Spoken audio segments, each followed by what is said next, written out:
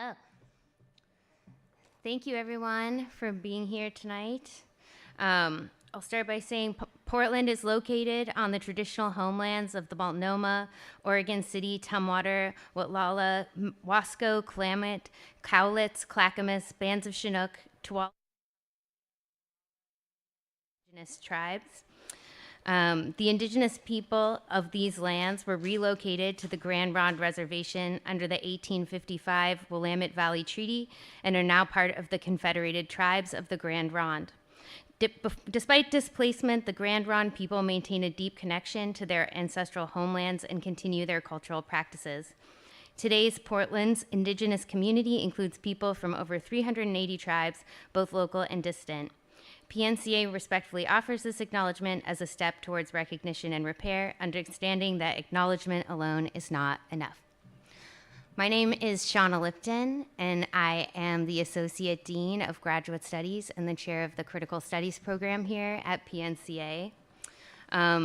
We organized this symposium on trans geographies to encompass a multitude of themes and practices, and this event will continue tomorrow with more workshops and art and also a roundtable and another keynote speech.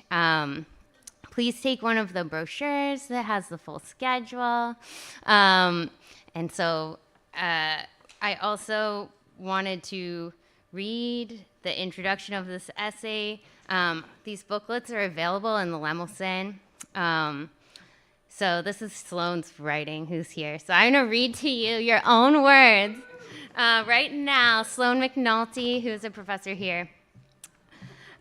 We inhabit a moment when right-wing politics has increasingly normalized gendered assaults on bodily autonomy. Central to this crusade is the targeted demonization of trans people, blaming us for such disparate social ills as child grooming, rural poverty, and more ludicrously still, even adverse weather events. Despite the obvious absurdities of these claims, the stakes are high, all too often leading to verbal abuse, physical assault, and at times murder. So far in 2024, at least 27 transgender people have been murdered in the United States. Worldwide, those official numbers are over 4,600 since 2008. Undoubtedly, those figures are higher due to chronic underreporting by families and the police, who ineffectually parsing who gets to count as trans. And yet, horrifically, we must remember that these individual homicides are not the event horizon of anti-trans violence. In manufacturing a carnivalesque version of transness as an inflection point for the assembled and converging horrors of an ascendant fascism, the growing consequences of climate change, and an increased immiseration of society writ large, this right-wing hate machine has stochastically mapped blame onto a group that constitutes around 1% of the US population. So I think that that is an important context for all that we are gathering to discuss here. And today we had some beautiful work from Molly J. Vaughn about memorializing trans lives. And now we are going to also talk about trans joy, trans spaces, trans community, trans cultural production, and all the ways that trans people contribute brilliance and thrive and keep each other safe and alive. So here to introduce our keynote speaker is Blue.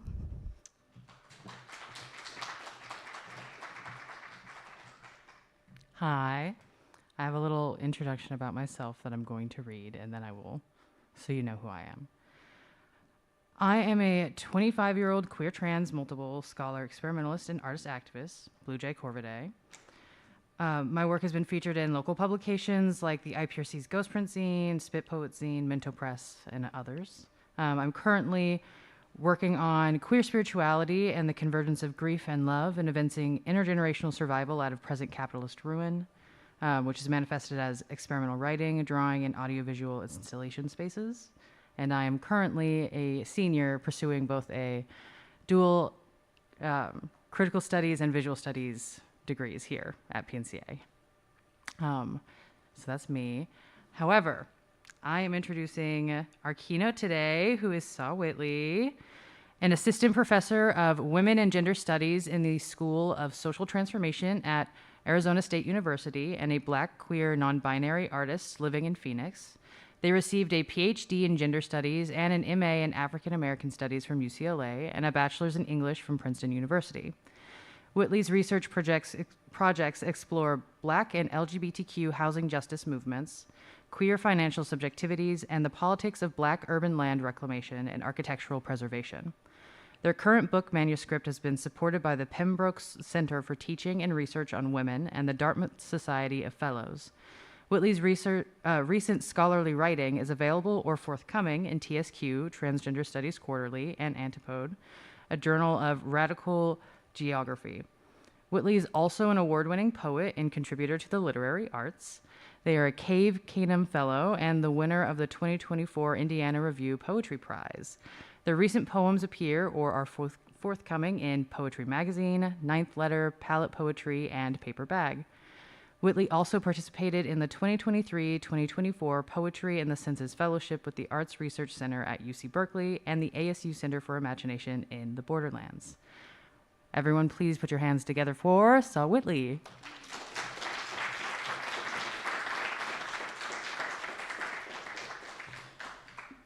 Oh my. Thank you all for being here. Wow, on a Friday evening, I think that a lot of us must feel, as I feel, that we need kind of some nourishment to be in community, to feel our power in this moment. So thank you all for being here. Okay, so I'm very honored to be one of the keynote speakers for this Trans Geographies Symposium with Molly J. Vaughn and Robin Merrill.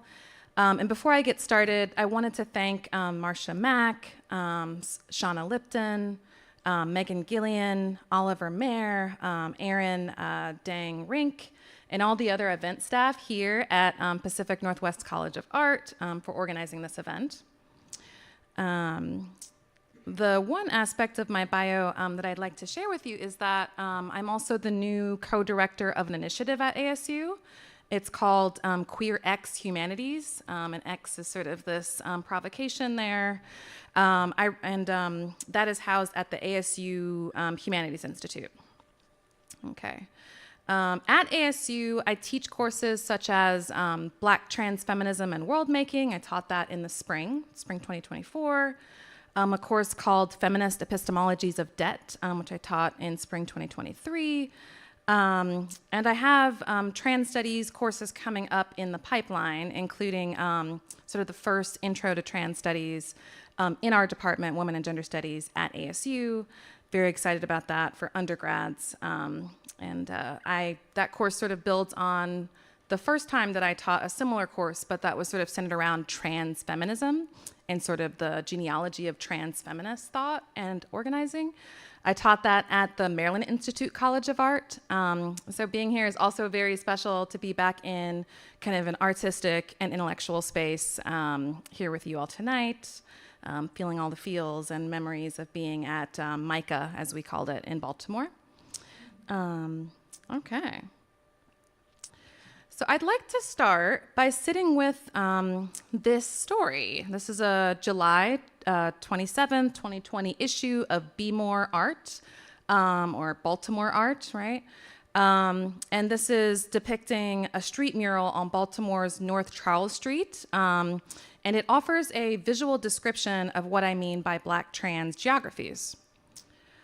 So the news feature entitled Making Space for Ourselves, the Black Trans Lives Matter mural on Charles Street includes an aerial view of the street mural that Black trans femme artist Jamie Grace Alexander and community organizers with the Trans Wellness Center, Baltimore Safe Haven, designed, planned, and painted as a community project.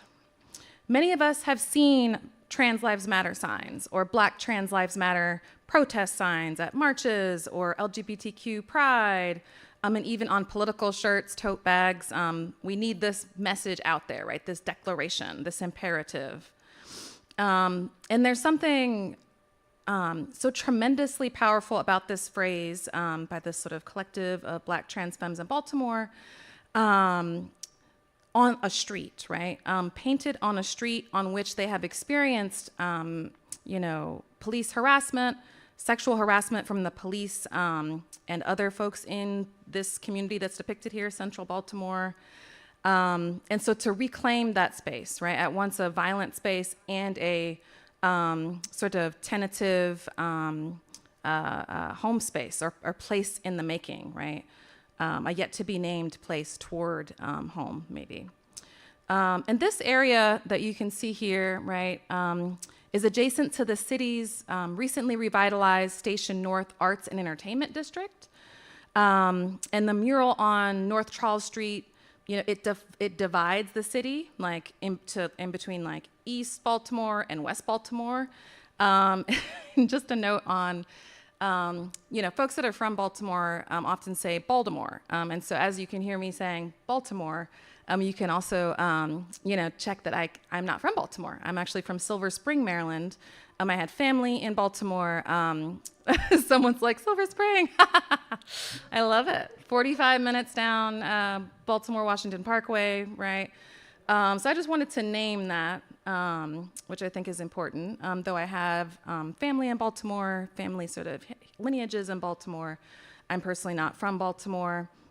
But I wanted to just focus on this. I lived in Baltimore for my field work, right, for my dissertation field work at UCLA. And I was just inspired after actually leaving Baltimore, right? This is all happening during the pandemic, of Black trans femmes who are claiming city space by declaring that Black trans lives matter in this place, even as they are actively devalued or rendered disposable at multiple scales of the city.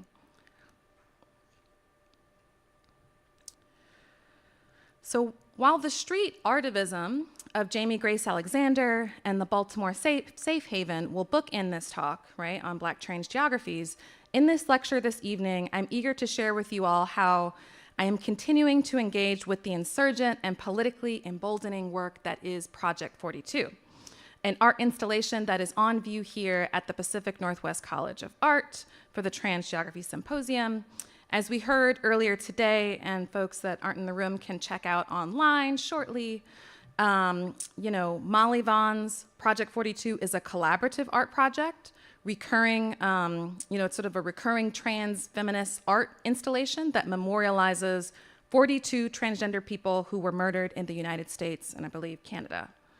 And now in building a theory of Black trans geographies, I will discuss how I have thought with Project 42 in relationship to my own research on Black, queer, and trans housing movements in the afterlife of the 2008 subprime mortgage crisis and foreclosure crisis in Baltimore, and in relation to mixed media visual art by two Black trans femme artists, Danielle Braithwaite-Shirley and Cayenne Williams. Now, by constructing a conversation between these artworks and Project 42, I will be demonstrating that the processes of capitalist urbanization, which are always already racialized and gendered, actually reproduce the ongoing crisis of deadly violence against Black trans women and femmes, right? So this is sort of a different approach to, the whodunit, right? It's like we're thinking at structural levels and like also the affective, like what the structures produce in space, what kind of encounters, moments of encounter, sort of deadly affects as Black trans femmes and women are moving through city space. In other words, there's something about, I'll be claiming, the built environment, urban planning, and capitalist urban development and revitalization projects in residentially segregated cities that is a condition, a possibility for trans, misogynist, and anti-Black violence. At the same time, I illustrate how the Black trans geographies and spatial art praxis predicated on a Black trans feminist politics is a tide against cis heteronormative logics of urban development that reproduce Black trans femme disposability. So in my 2022 Trans Studies Quarterly article, which I sort of talk about and examine Project 42, That piece was called "We Call Them Bandos: Black Trans Fugitivity in Baltimore's Geographies of Foreclosure." And I wrote about Project 42's memorialization of one person, Tyra Trent, who was a Black trans woman who was murdered in the Central Park Heights neighborhood of West Baltimore on February 19th, 2011, right? And this is the house, on the 3300 block, as sort of Molly has put in, all of the sort of renderings of the dress that she designed, sort of where this took place. And this is that place, right, in West Baltimore.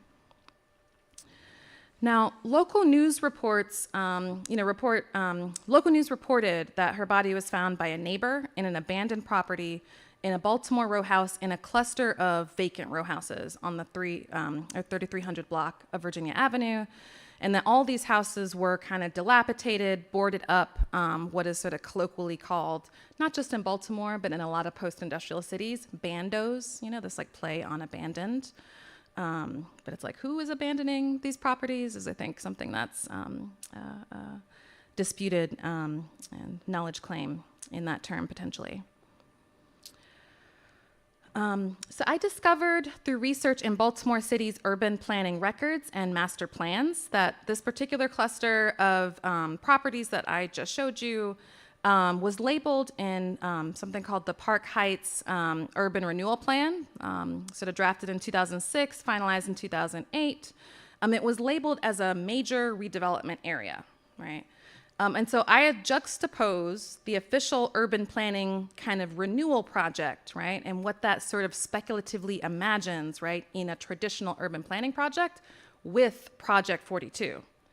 And take Project 42 as potential, a real an exercise in spatial thinking, right? A sort of counterinsurgency against traditional urban planning, right? That's one of the arguments in the TSQ piece.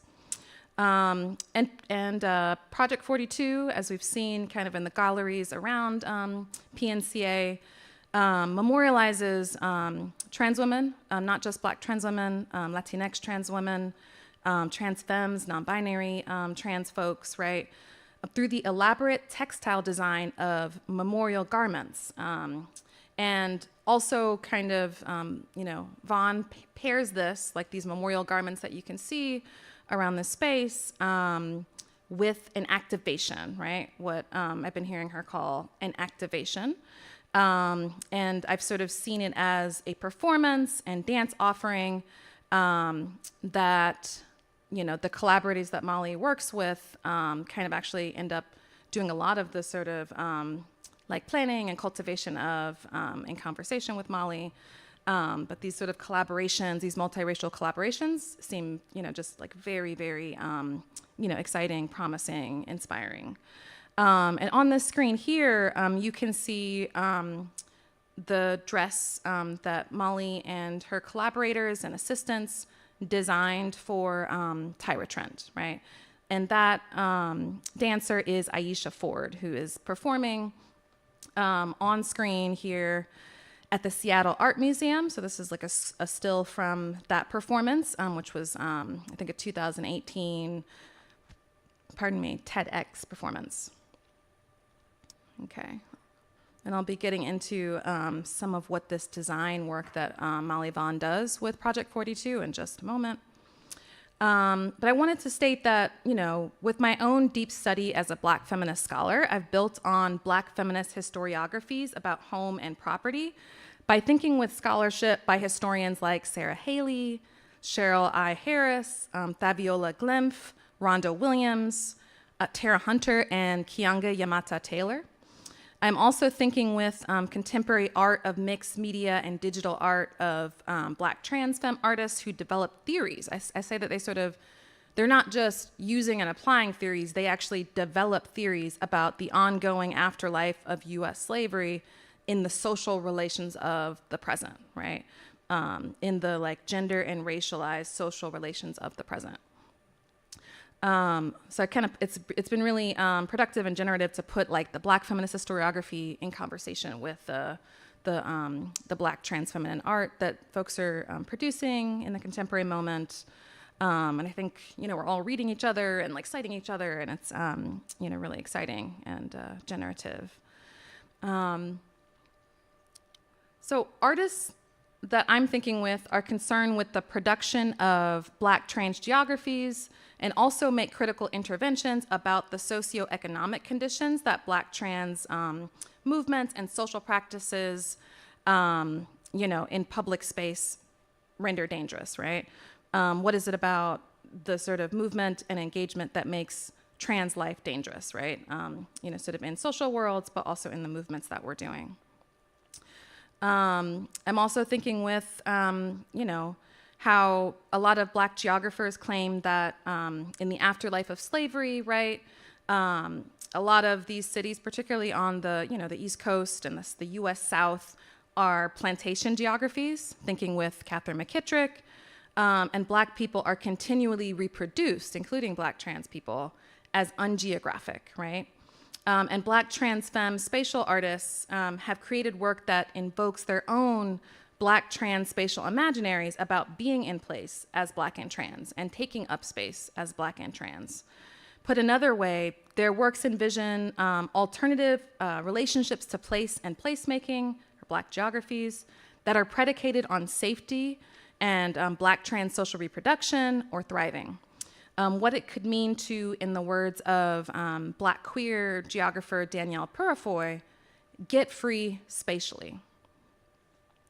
So now this can look like nightlife, alternative housing models, like I talk about in my own book manuscript in progress, urban design, community care practices on and off the street by trans sex workers. This can look like closing down a major street in a major city to paint a street mural, where carving out literally one's existence and livelihood has been constituted by both violence and affirming community, like those going together. And sort of like in summation here, my 2022 TSQ piece and my forthcoming book, it's important to me within it to research and learn the kinds of social worlds that this woman, right, that is sort of recited, her name is called in, sort of like a say her name moment, like in some of these activations that Molly facilitates with Project 42. I'm sort of interested in visiting, understanding to the extent possible what kinds of social worlds was Tyra Trent part of in Baltimore, which is a major city that is still over 50% Black, or like largely Black geographies. And we might imagine too how the Google Earth imaging of her Myrtle location that Molly J. Vaughn and her collaborators capture, as you can see up on the screen, right? They captured the murder location of where each of the 42 people that are memorialized, where they were literally located when this deadly violence happened. But I'm sort of saying as well that these spaces of anti-trans violence also double as potentially spaces of Black trans femme life and social reproduction and mutual aid, right? So how do we hold that in taut kind of like tension, but also take that seriously, right? Okay. So as we heard earlier, so I just wanted to give a bit more context about Project 42 and this sort of geo-mapping sort of method, right? That really a trans-spatial method that Molly introduces us to, a trans-feminist spatial method. So as we heard her describe in her lecture earlier, a primary aesthetic design choice for the textiles, these memorial garments, that she screen printed and stitched together, as dresses or memorial garments.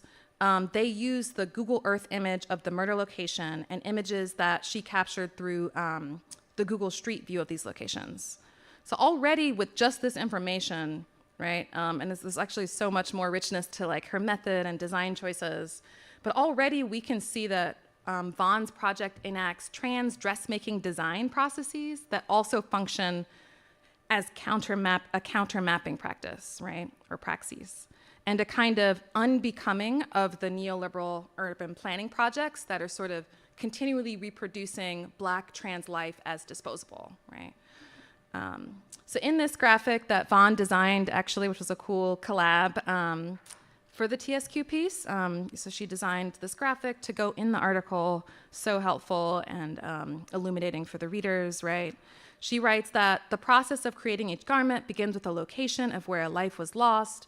Using Google Earth, Vaughn captures the visual documentation of the murder location from multiple strategic distances and angles. Vaughn goes on to say, in addition to satellite images, she will often include captures from Google Street View if available.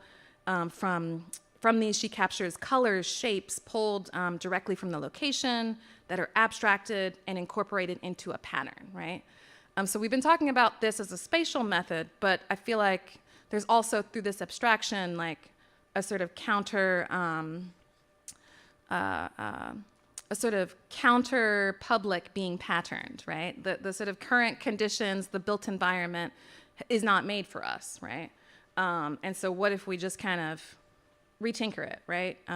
Break it down, start over, or sort of reconfigure, right? Reassemble, disassemble, reassemble towards something different. Okay, so a bit more about Tyra Trent. Prior to her death in early 2011, Tyra Trent lived with her mother in Park Heights, as I mentioned, right? She didn't just die there, right? She lived there with her mother and had friends in that area. But she had also, like a lot of trans women of color and Black trans women and indigenous two-spirit folks, right, indigenous women, experienced some houselessness, right? She sort of was part of unhoused populations at different points in her life, particularly after being like sort of publicly living her life as a Black woman. A few days before she went missing, someone targeted her within her own neighborhood, right? This is her neighborhood, for like a violent incident of anti-trans street harassment in which she lost a tooth. During the subprime foreclosure crisis and the early part of the Great Recession, Tyra Trent was a part of the city's trans community and lived her life connected to trans organizations such as Trans United. The director of Trans United, who you can see here, Sandy Rawls, told the Baltimore Sun, not this article here, but told the Baltimore Sun that Tyra had been working to obtain her GED and formally change her name. Relatives also described Tyra Trent in some of these articles as a vibrant person who loved to dance, loved animals, loved to style hair, and worked with people with disabilities. While Tyra never owned private property or signed a mortgage contract in Baltimore or anywhere, private property made several claims on her through her young life. Baltimore City police officers, acting with anti-Black and anti-trans bias against her, cited her dozens of times for trespassing, loitering, and so-called prostitution, right, sex work. All of these charges are in relation to property, loitering, trespassing, even sex work is sort of when criminalized in relation to property. In 2011, as I said, someone killed her in one of the thousands of dilapidated row houses in Baltimore's Black neighborhoods during the foreclosure crisis. And after her murder, as you can see on this slide, Tyra Trent's name and sort of the racialized trans misogynist violence that she experienced was invoked and taken up in various ways in public memory, sort of like trans public memory. LGBT nonprofits like Maryland Equality and briefly Trans United proposed naming the contentious 2011 House Bill 235, known as the Gender Identity Anti-Discrimination Act. They proposed naming it after her, right? Something like the Tyra Trent bill. The first version of the bill, however, would have made transgender identity a protected class. This is 2011, right? A protected class in housing and credit markets in Maryland. However, local Black and trans feminine activists, ultimately including Sandy Rawls, several of these activists, many of whom I assume were her friends, challenged HB 235 because it lacked protections for trans people in public accommodations, right?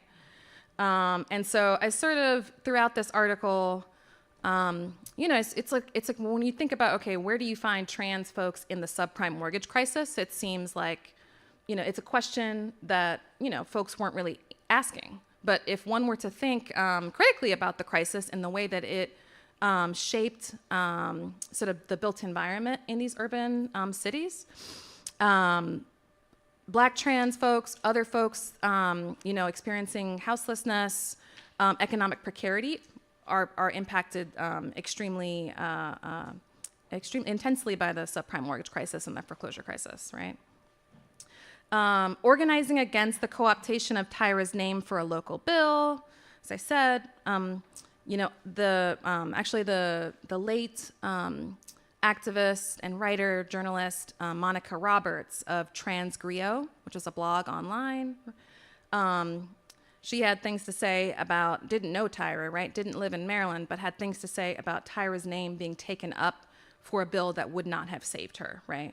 It didn't address Tyra's own deadly relationship to public space and private property in Baltimore. So she was like having none of it, And it was sort of like a racialized divide, and a divide, that sort of in moments was like, queer folks that maybe were not trans folks that were, largely trans folks of color, Black trans folks.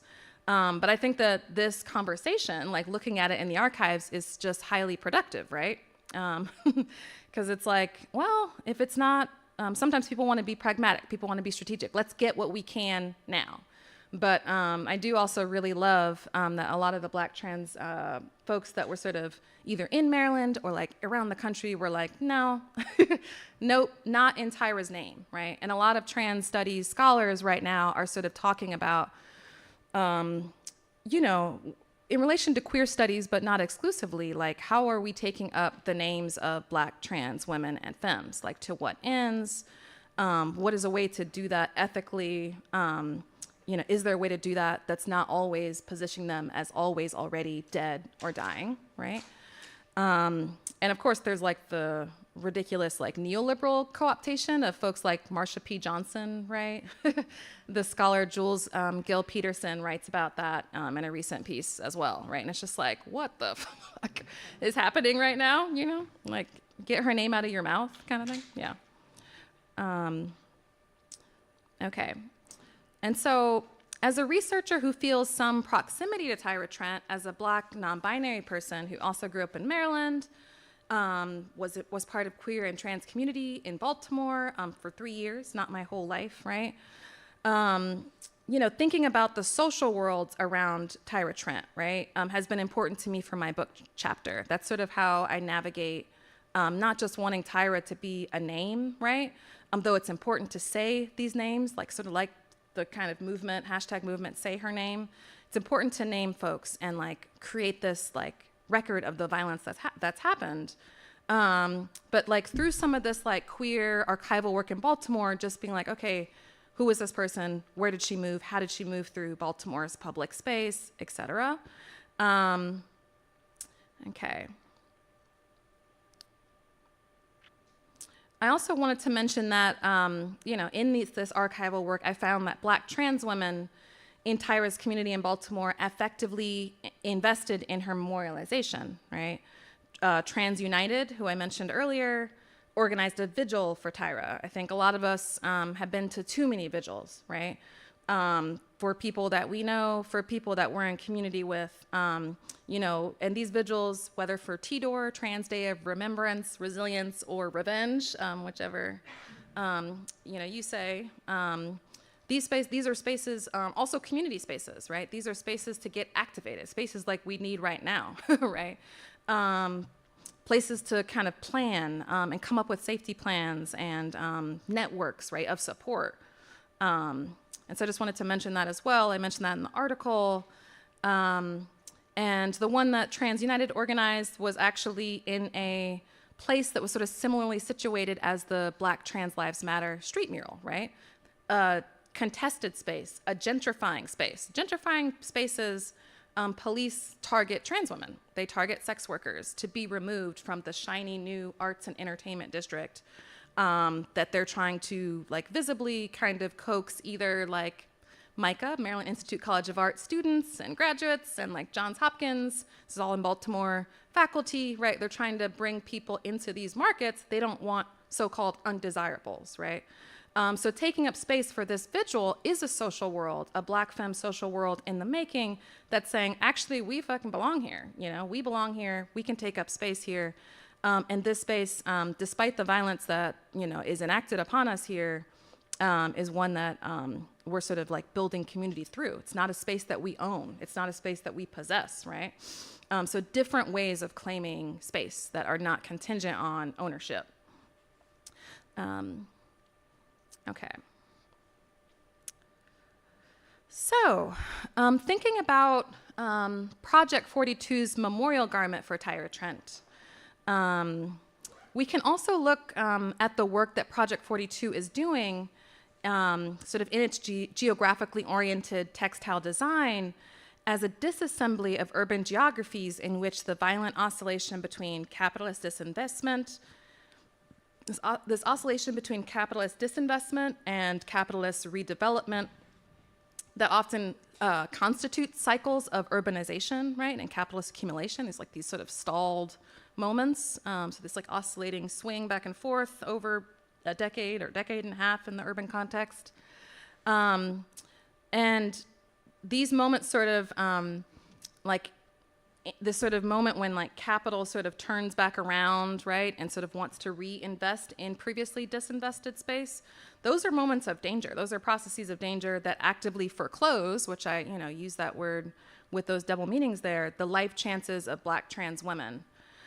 With their 2019 hanging sculpture that I have included on this slide, we see a Black trans feminist critique of urban redevelopment. That's what I see, right?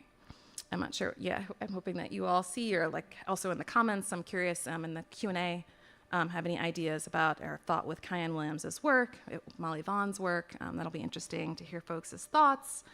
But yeah, with Kyan Williams' hanging sculpture that I've included on this slide, we see a Black feminist critique of urban development. You know, after the subprime mortgage crisis, Baltimore, which is the case for a lot of other cities, right, had a ton of vacant properties, like the one in which, you know, Tyra was, her body was placed when she was murdered, or she was murdered within. At the national and municipal levels, housing recovery programs, you know, have assembled large swaths of vacant properties and vacant lots, you know, in Black and brown communities, like the sort of city governments, the city councils are doing this to patch together land masses for so-called major redevelopment areas to sell or give for pennies on the dollar to private developers. The developers demolish these properties and strike up blueprints to make mixed-use housing complexes, marketing units to cis heteronormative families, yay, you know. These urban development plans, as Kyan Williams' piece suggests here, needed to discard of Black vacant properties, or, you know, like I said, what are called bandos, colloquially, and Black trans women who lived, worked, and created social worlds in these spaces that the state and capitalists designated as abandoned or without value. Like, to do that, to create this terra nullius, it's not just the property that's devalued, it's the people that sort of move in between those properties, right? I don't think I have it in my notes, but in the article I sort of get into a space in Baltimore called the Bando, right, where Black trans women took over this property in Baltimore, right, and lived there, right, and called it the Bando, like, we're going to the Bando, we're going to the place, right? So sort of imagine that these places that are marked for, like, you know, vacants to value, like, already actually have value to sort of folks that have been excluded from, like, primary economic and labor markets, right? Rental and, like, property markets, you know, trans misogyny kind of in those encounters. You know, and so in this slide, which, you know, in this artwork on this slide called An Accumulation of Things That Refuse to Be Discarded. I just love the poetics of that title. You know, I've included a quote by white trans studies scholar Eva Hayward, who writes, in a chapter also called Don't Exist, right? Well, that's the first word of this quote, but the chapter in a 2017 anthology called Trapdoor, Transcultural Production and the Politics of Visibility. Her chapter is called Don't Exist. And she writes, quote, "Don't exist is an imperative, a sanction for closure." Haywood refers to, the ways that during the first Trump administration, I think it was the Department of Health, Human Services, literally wanted to define gender based on sex assigned at birth, thereby creating a knowledge document or an epistemology in which the state definitionally rendered trans people as non-existent. Hayward goes on to cite the Black trans actress and advocate Laverne Cox, who expressed the paradoxical consequence of not existing but still experiencing violence, unemployment, lack of housing and healthcare, especially Black trans women and trans women of color, right? But the sort of ways in which the state can sort of definitionally or epistemologically say trans people don't exist, trans youth don't exist, actually bolsters or supports their disposability, are their disposability. So that's the paradox Laverne Cox is talking about. I'll probably go for another 10 minutes here and then hopefully have some room for questions. But yeah, this work by Williams, the work to make trans people not exist by the state, by capital, as Project 42 shows as well, right, is geographic. And so we don't always connect that to space, but that's what the human geographers do, space. I said the work to make trans people not exist, as Project 42 shows, as this piece shows, is geographic. It's interrelated, these interrelated and multi-scalar processes of gender violence and anti-Black violence that work in coordination to make it so that trans folks don't exist, right? And as you can see on the slide, right, Kian Williams includes bricks, not just from any place, right? Bricks from a residential building in West Harlem demolished by corporate developers, right? We sort of understand that critique there, right? A gentrifying Harlem, reclaiming those bricks, and also cane Kalan is a type of hair, a hair extension brand. And so as you can see here, the sort of co-constitution, right, of these things that refuse to be discarded.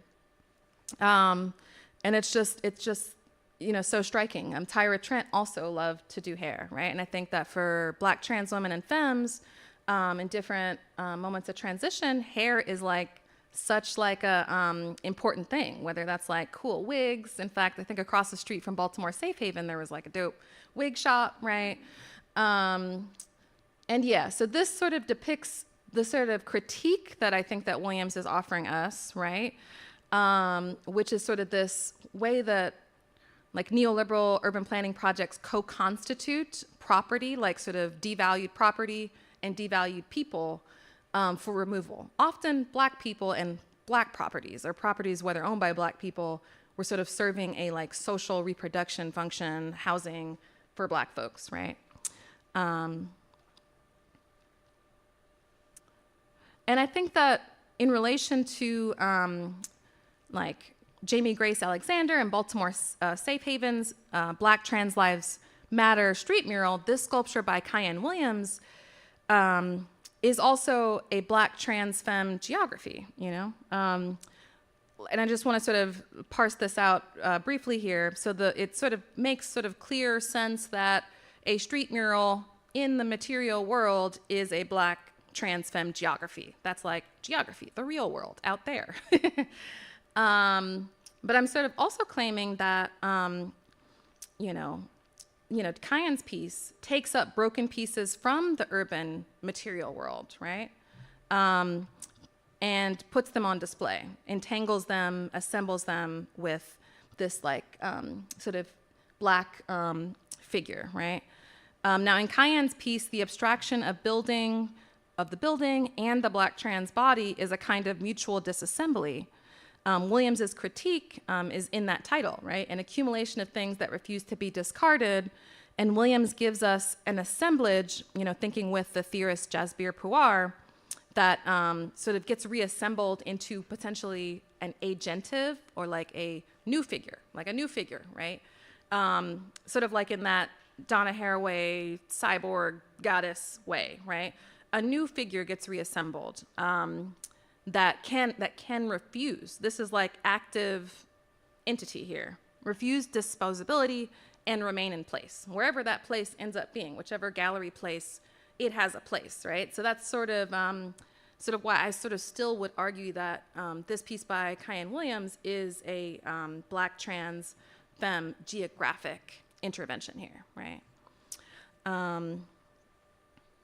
Okay. Now, similar to the memorial garments that Molly Vaughn and her collaborators make around this space, right? For Project 42, the reassembly takes on a life of its own. Project 42 and the piece by Williams together, they're blurring the boundaries between Black trans geography that must be enacted in the material world and Black trans spatial imaginary, right? Something on the order of the title of the 2024 Whitney Biennale, so earlier this year, even better than the real thing, right? So that's sort of one piece of Williams is actually in that sort of William Biennale. I'm not artist with like visual arts. I'm probably saying that wrong, but whatevs. But yeah, I also think about that title, even better than the real thing, in conversation with Black trans femme writers like Janet Mock, redefining realness, right? What could Black womanhood, what could Black trans womanhood be, right? What do we need it to be? All these sort of questions that we could potentially ask here. Alrighty. So that was the first part. I gave you a lot in the first part. Whole talk probably could have been the first part. But let's just sort of hang out in these last two parts. The last part is a concluding part. And so let's just keep following these same threads. Another piece by Canem Williams, part 2 of my lecture. I might kind of go off script just in the interest of time, but I've titled this piece after the first part of Canem Williams's artworks title, "The Earth Swallows the Master's House, Black trans femme," and this is my words, "Black trans femme undesign and the gendered ruins of property." So the first part is Williams, and sort of I will talk about, why I think this relates to Project 42, and some of the sort of Black femme critiques of capitalist urbanization and property that I'm sort of articulating. So this is Williams's piece at the Whitney. And at the surface level, or the first visible layer, and also like what's written about in the New York Times, right, about this piece, we can do a reading of Ruins of Empire 2 or The Earth Swallows the Master's House, and we can sort of see that this is kind of a literal depiction of the earth devouring the actual White House, like, what is it, 1620 Pennsylvania Avenue, DC, yeah.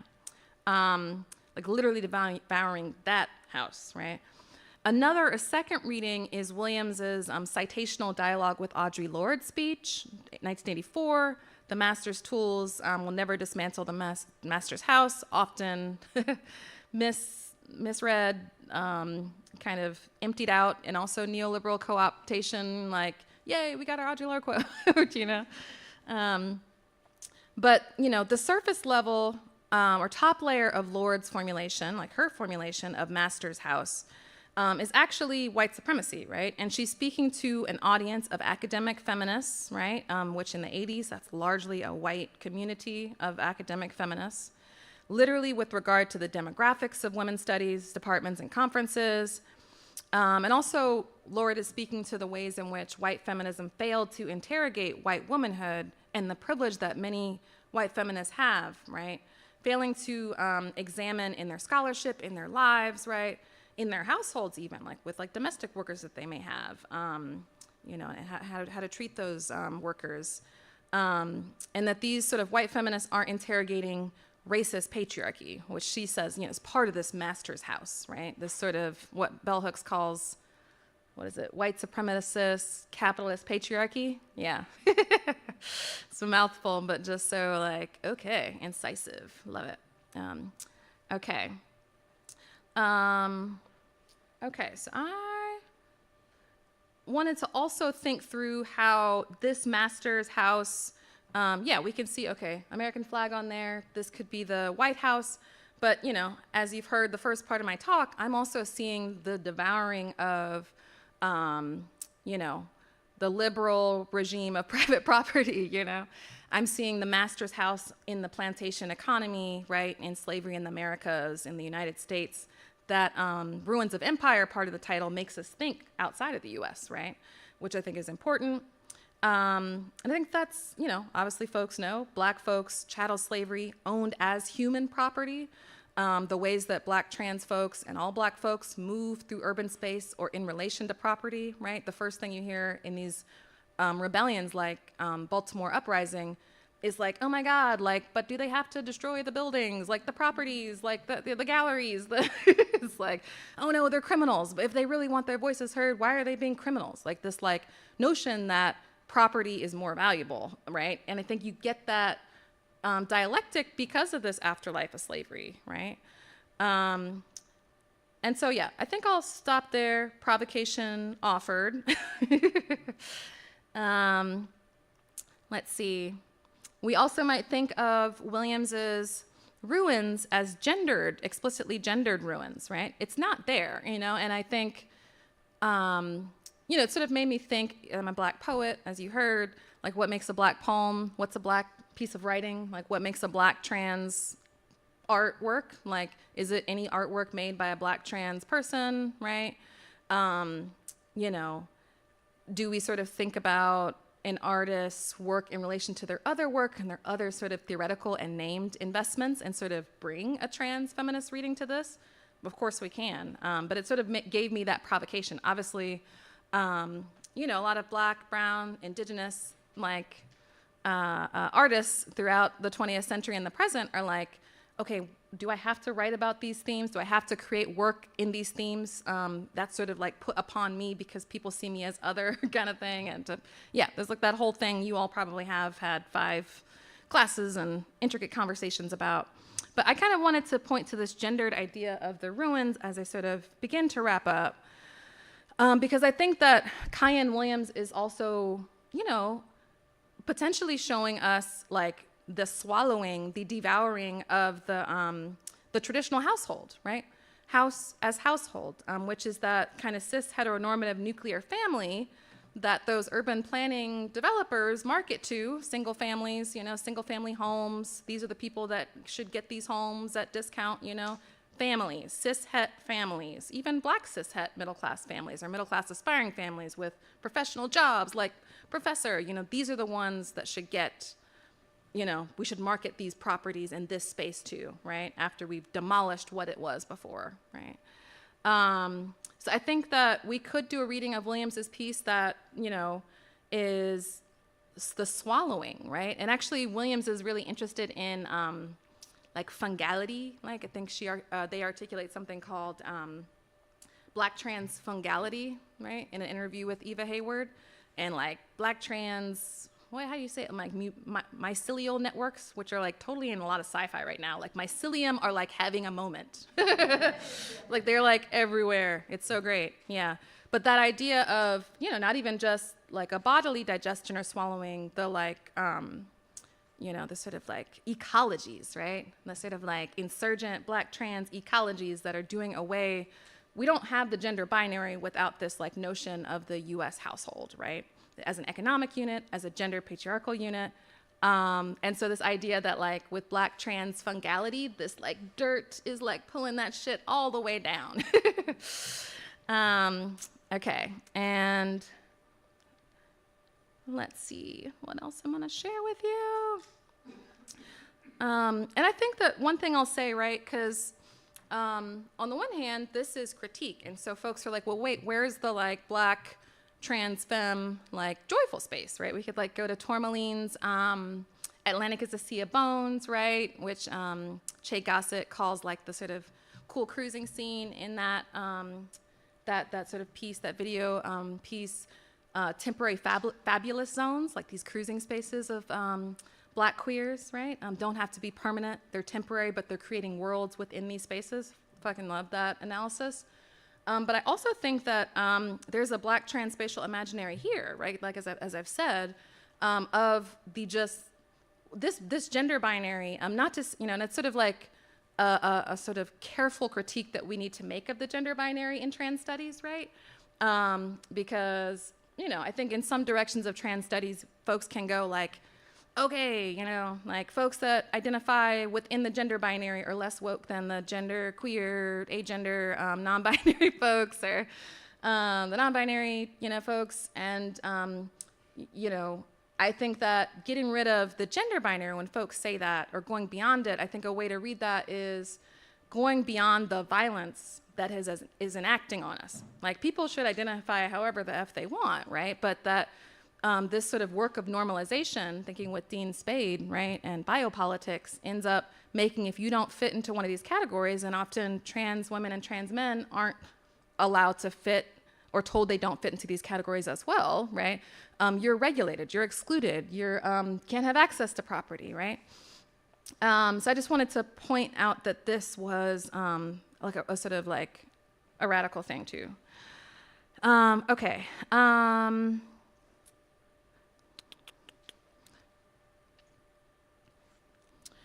Now, I do want to think through, you know, things like geographic countermapping, Project 42 doing that, and what reclaiming the block does in trans, you know, sort of trans community, like what that can mean. You know, the mural is doing that, a type of reclaiming, right? Pardon me. And I think one exciting analytic in trans studies right now is one that sounds kind of basic, right? Transition. That's an exciting analytic in transgender studies right now, because, you know, Brazilian trans feminist scholars like Dora Silva Santana are thinking transition with transatlantic, right?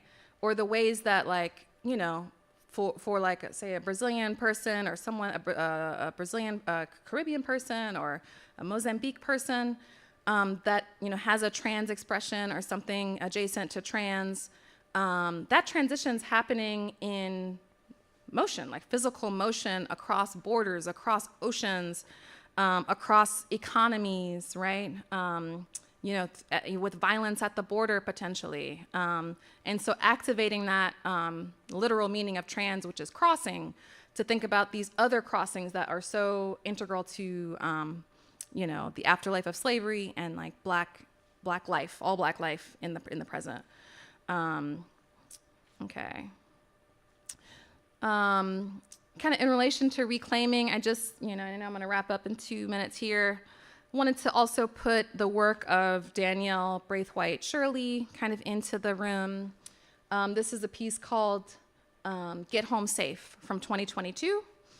And I think, you know, without, you know, getting into like the really exciting, like the sort of, you know, you all, I'm sure, can talk about the sort of the mechanics of the art, the sort of brilliance of the, you know, the sort of different things that play kind of in digital art and installation work, right?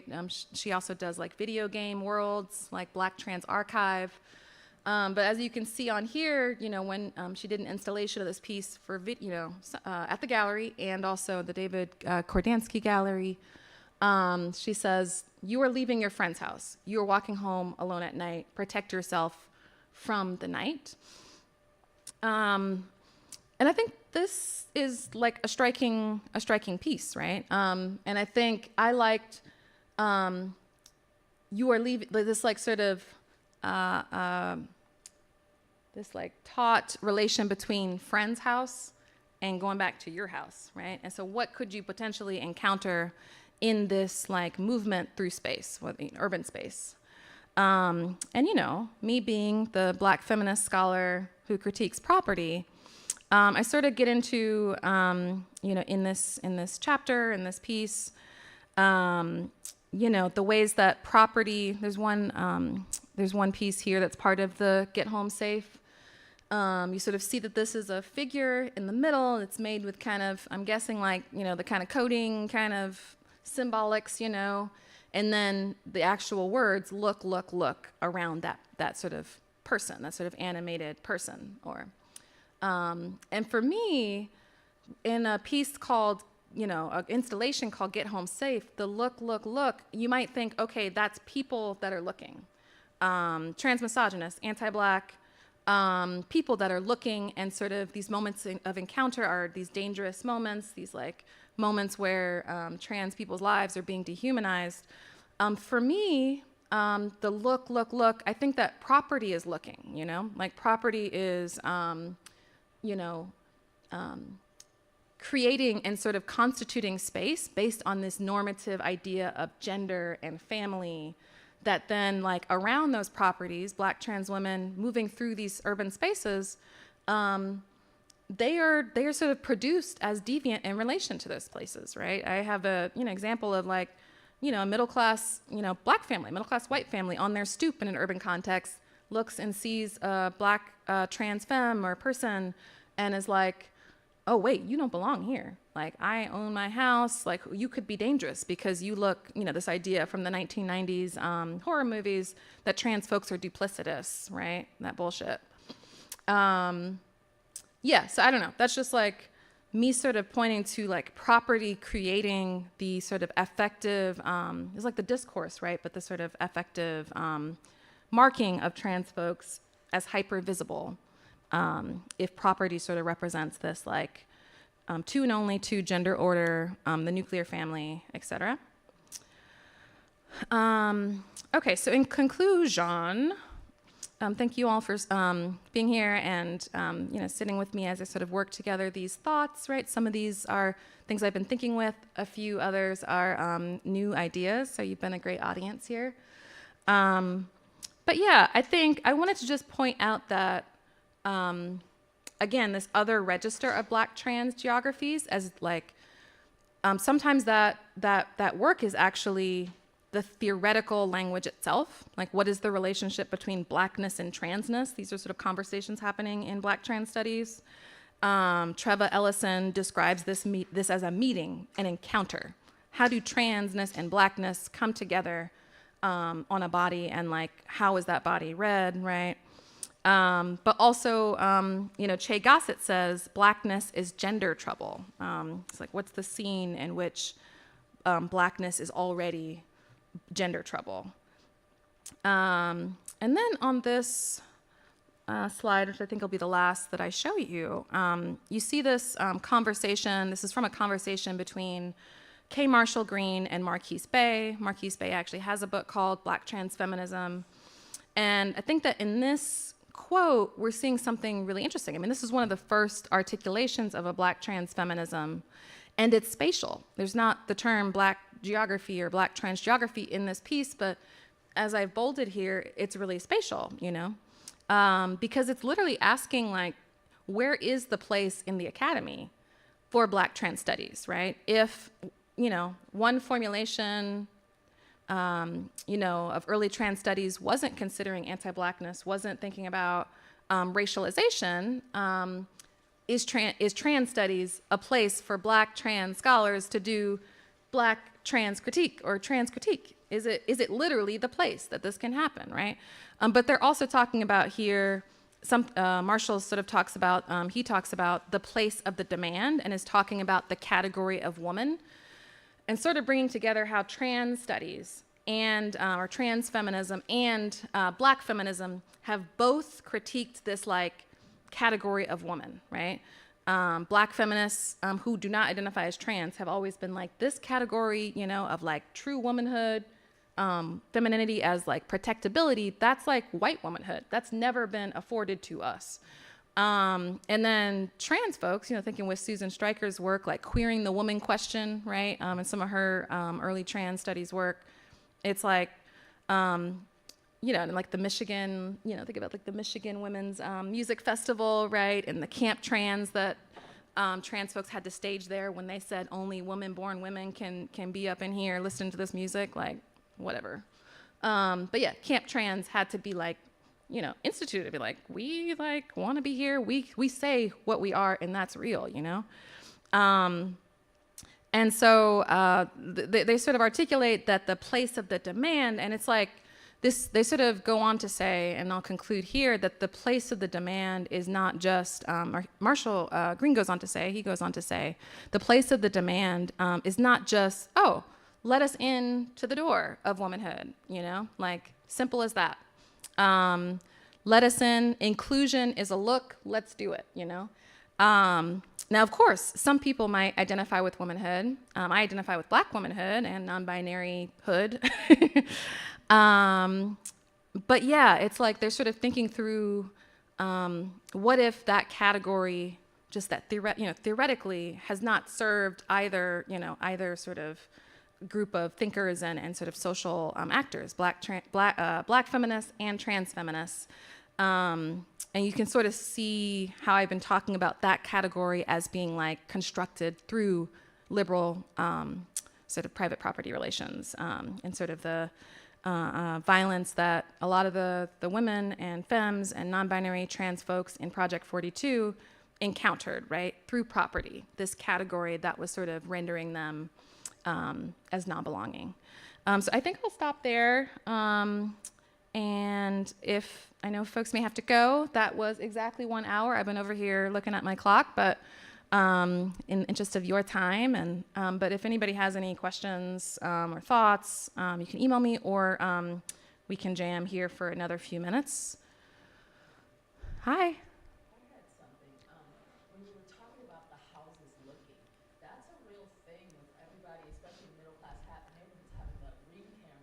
That's right. That's a good point.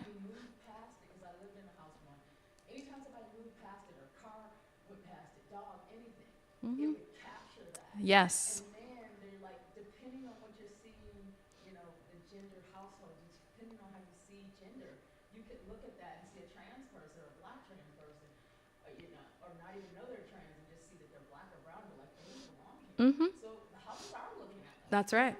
That's right. Oh, wow. I'm glad that you brought that in, especially thinking with, you know, Molly's sort of incisively sort of thought with, okay, the Google map, like the Google Earth imaging, you said was, you know, Molly said was, you know, had this history in like militarism, like U.S. militarism. And so like using that technology, but in the service of this like radical kind of counter mapping and memorialization project instead of like negotiating that. So it's interesting to think about the digital in both of those ways. Thanks. Anybody else? Hey. I'm not super academic, so I really enjoyed how this entire talk was really tangible. Like we went from abstraction to spatiality and reality and politics and community, and so I just really enjoyed that. This is about life and death. Yes, yes. So I think I'm glad you brought up joy.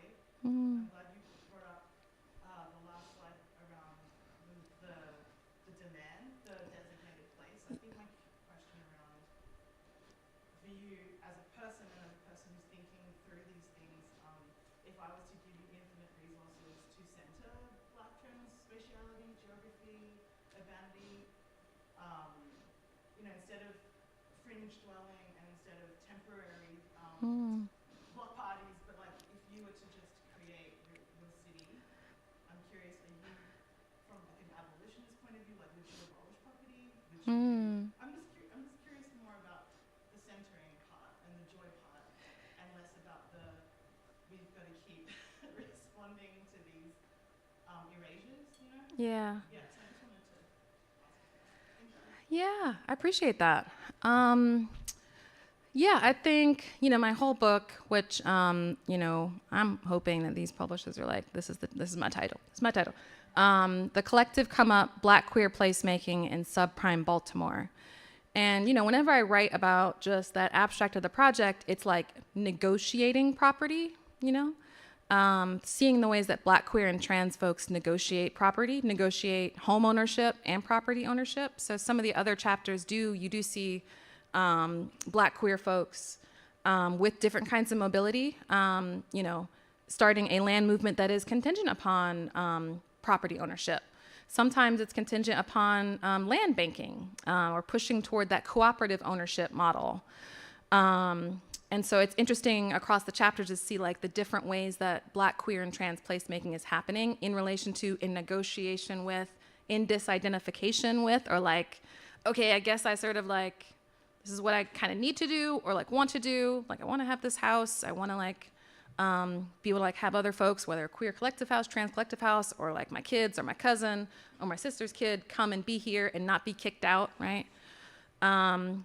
And so I just wanted to sort of name that the strategies are sort of very myriad. And the last slide, which I have beyond the end, because I was like, oh, I want to like, I don't remember the names of the groups that Raquel Willis talks about in this piece, but all these different housing collectives like Baltimore Safe Haven, right, which has a transitional housing program, which has I think the organization that doesn't exist anymore, Baltimore Transgender Alliance, they were kind of doing like a informal Airbnb thing, but for trans folks and trans folks that were sort of housing precarious, and having trans folks, queer folks that weren't housing precarious, whether in the rental market, property market, sort of signed up to potentially like host someone, and they sort of work out together what that length of time is, whether there's payment involved at all or not, right? So I think that is a sort of really striking model that this former group called Baltimore Transgender Alliance had in Baltimore. But I think there's joy in the fringe spaces too. I think that the goal is obviously to abolish property, but it's like what kinds of ruptures and insurgency can we do en route to that, which is not a reformist politics. It's a sort of a yes and, how are we navigating here? What kinds of disruption can we do that are delightful and joyful and different? Thanks for that question. I like it. Yeah. Well, I think in the interest of time and energy, if folks want to maybe, if you have other questions, come say hi, and we can exchange info, keep this conversation going.